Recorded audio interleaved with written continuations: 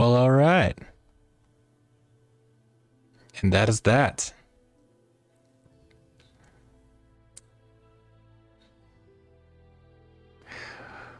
Well, let's do my thoughts. I think I said it best when I described this game as video game comfort food. It scratched and itched. I enjoyed the gameplay. The combat was really, really awesome, honestly. I really liked it. Story kind of fell a bit short for me. Not necessarily honestly very interesting or easy to follow. That's not true. It was kind of easy to follow, but a lot of the points, the plot points and stuff that they put in, felt underdelivered and kind of just rushed in. We're going over the whole game, obviously, spoilers. The whole Armand relationship thing, I like the idea. I like that was the thing. I hate how it was implemented. I was saying this earlier, but I feel like she should have had maybe like more flashbacks of her own throughout the game that would kind of clue you in on something's up. Because up until you meet him at the end with the whole flashback where everything comes to light, you really have no fucking clue that that was the case, like at all. Like there's really no inkling that they know each other or anything like that. There's really nothing suggesting that she was a human prior to this. And if there was, it's probably something minor that I might have overlooked. But it honestly just didn't feel natural. You know what I'm saying? But with that being said, it was enjoyable. I liked it. I guess it was a nice way to kind of give a happy ending. Hopefully after the credits we get to see what's going on with Hilde, because you literally just see her standing there like a lost puppy at the very end. Cypher, fucking hated Cypher. He was just the most like kind of irritating character.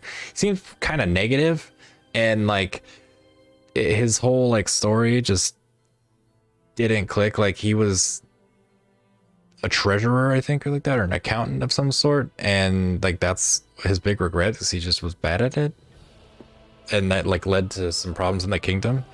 I don't know. It was just weird. And then on top of that, every single time he spoke, he did the same animation of just putting his hand on his chest, and it was like, dude, come on.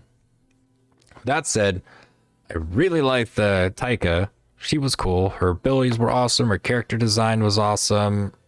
You didn't get to know too much about her, but to be honest, it's kind of generic, which you did learn. But she was sweet. She was best girl for sure. So kind of just to summarize the story bits as a whole, like it was okay. It was passable, but it wasn't anything that I'm gonna remember down the line. It's not anything I'm gonna write home about, you know. It served more as a vessel for me to go through the combat.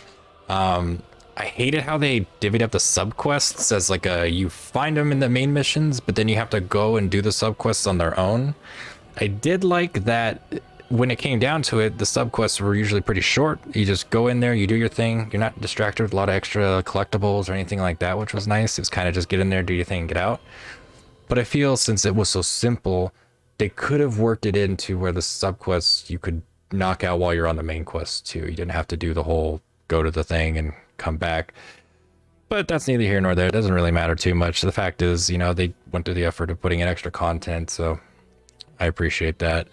I do think that it's kind of lame that the true ending was locked behind collectibles, optional things. Like, I wouldn't say optional. There's a lot. The collectibles, like you'd have to search high and low, and in order to get all of them, there isn't like a direct like guide other than opening your map up and checking to see. And that is easy, but if you're not inclined to do extra stuff, you're not going to go after that. You're not going to care, or you're not going to get them all anyway. And so you're going to kind of gauge yourself out. This game does have 3 endings, one of which could have been at the very beginning when he asked me to run away with him. We could have. That would have been the end of the game. Had I not gotten all the collectibles and everything, or talked to him, because I'm under the impression that you had to talk to him in each of the missions in order for him to appear at the end, in order for that whole situation to come up.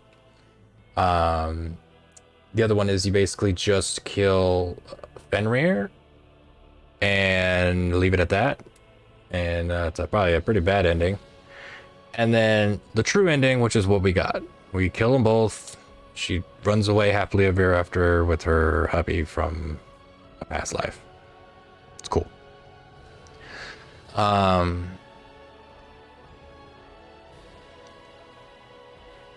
This developer is also doing a game that I'm looking forward to coming up very soon called Unwanted. Kind of looks like a little bit like a Yakuza game. So there was my thoughts on the story, but the combat, for sure. Oh, I got Arian because I was blowing through all my items. Well, the combat for sure was fucking awesome. It reminded me, it could have been like lifted straight out of an East game. And East is one of my favorite series, especially in the JRPG category. It's just really enjoyable. There's almost not a single bad game on their list, and I feel like if this would have just had an Ys name on it, like if this was like Ys Origins 2, probably wouldn't have fucking had any questions and would have been maybe even a little bit nicer. Probably would have still been harsh on the story and like the lack of detail behind it, but it would still have like lent itself better to that series rather than Valkyrie series, because Valkyrie Chronicle, Valkyrie Profile, they're all turn-based tactical, not action combat games. So I can see how longtime fans of the series would be a bit upset with the change. That being said, I did enjoy it. I really liked the combat. The combat was what kept me going through the whole thing. It was flashy. It looked really cool. Although, how the hell are you guys going to release a game that's already on a budget like this, but with this kind of technology, and it still have frame drop issues? Like, good lord, man. Like, this is on a PS5. There's like, there just shouldn't be any reason for that. There's a lot of frame rate like drop issues. Couple, that was really the only bug I had. However, there were a couple little things throughout here and there that were just like weird animations and stuff getting canceled. Like, for instance, on the last level, we're trying to pull out Cypher to use his arrows to make the ice platform. But if you were standing in the wrong spot, you could keep summoning him, but he would like instantly disappear. It would instantly cancel it. And similar, like a couple times when I would interact with interactable objects, she would have like a walking animation that like auto plays when you go to interact, and that would just it'd be weird. She'd kind of like walk into things. So all that goofiness aside, technically it was pretty good. I'd give it like a solid 8 out of 10 on the technical performance.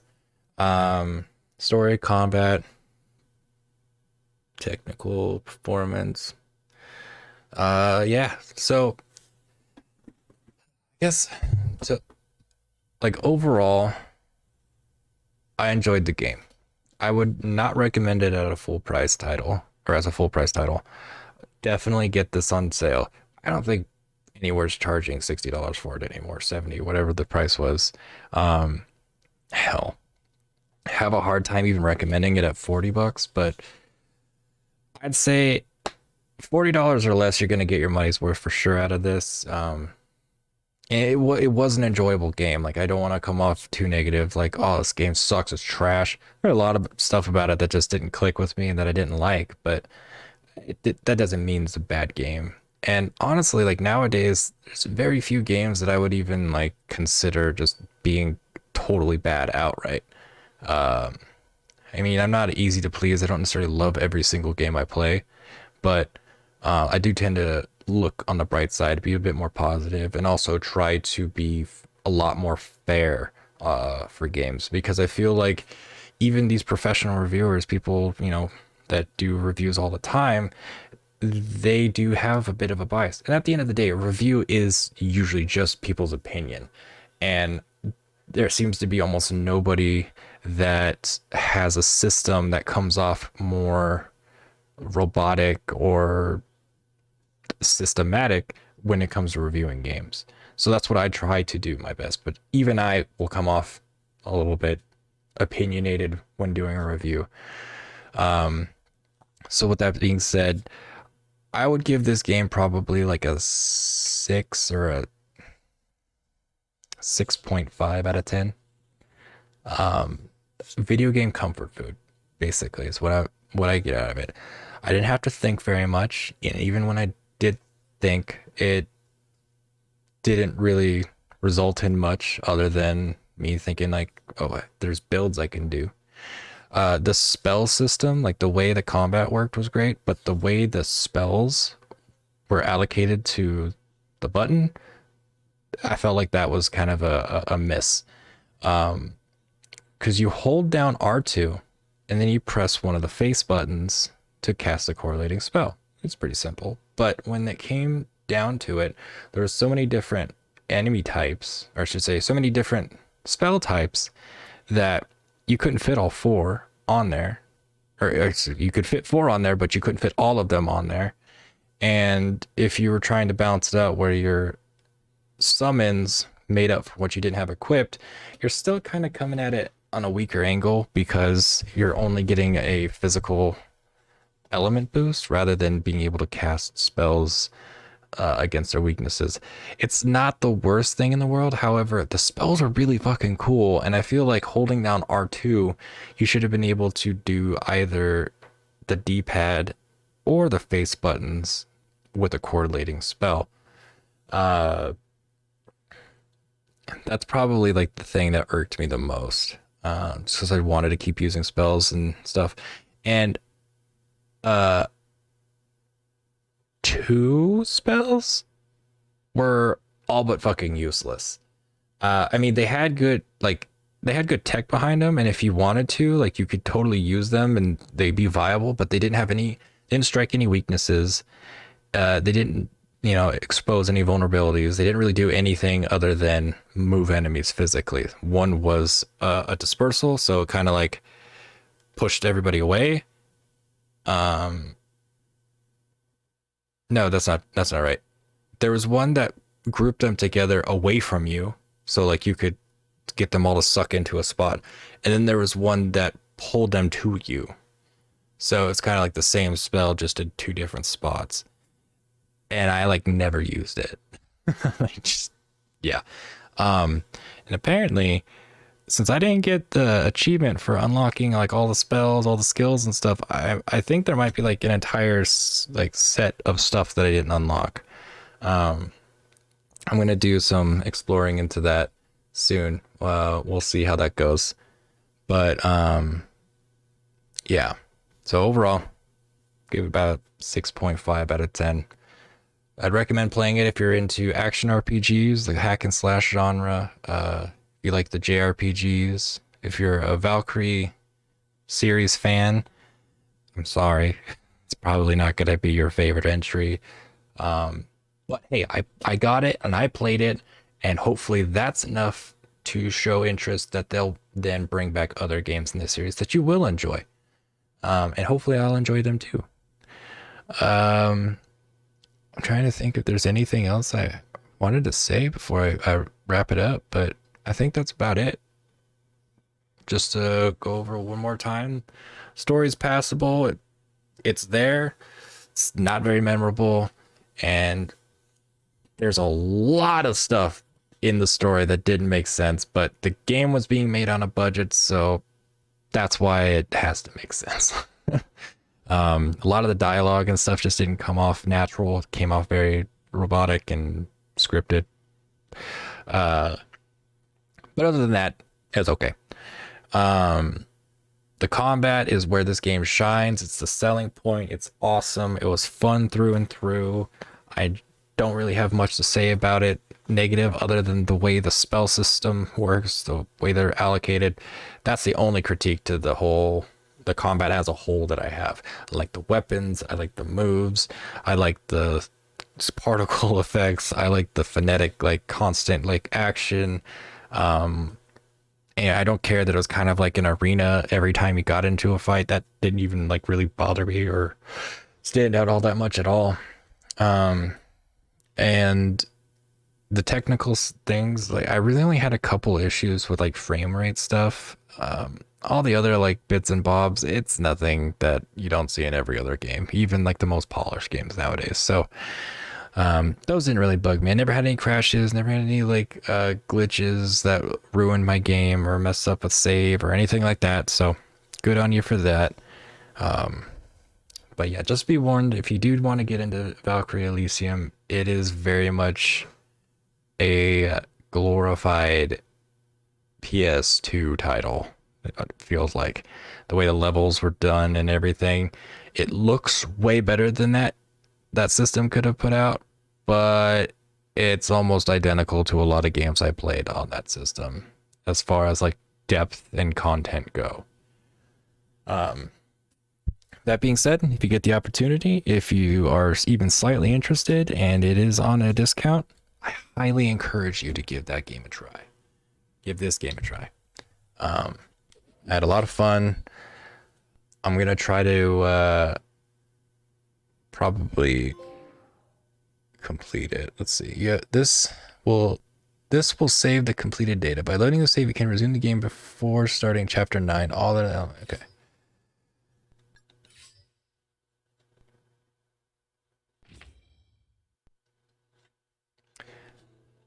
All right. And before I completely end it, there's another thing I wanted to mention, that there was a DLC patch for this game that gave it some extra content, which you can see here on the see right here. So the game mode Hilda's Vengeance and Seraphic Gate are available. I think Hilda's Vengeance might actually be like a secondary campaign. I'll dabble with those, and if it's notable, if it genuinely affects my review of it, I will probably make another quick little video to upload on the YouTube. But as it stands, that's it for this one.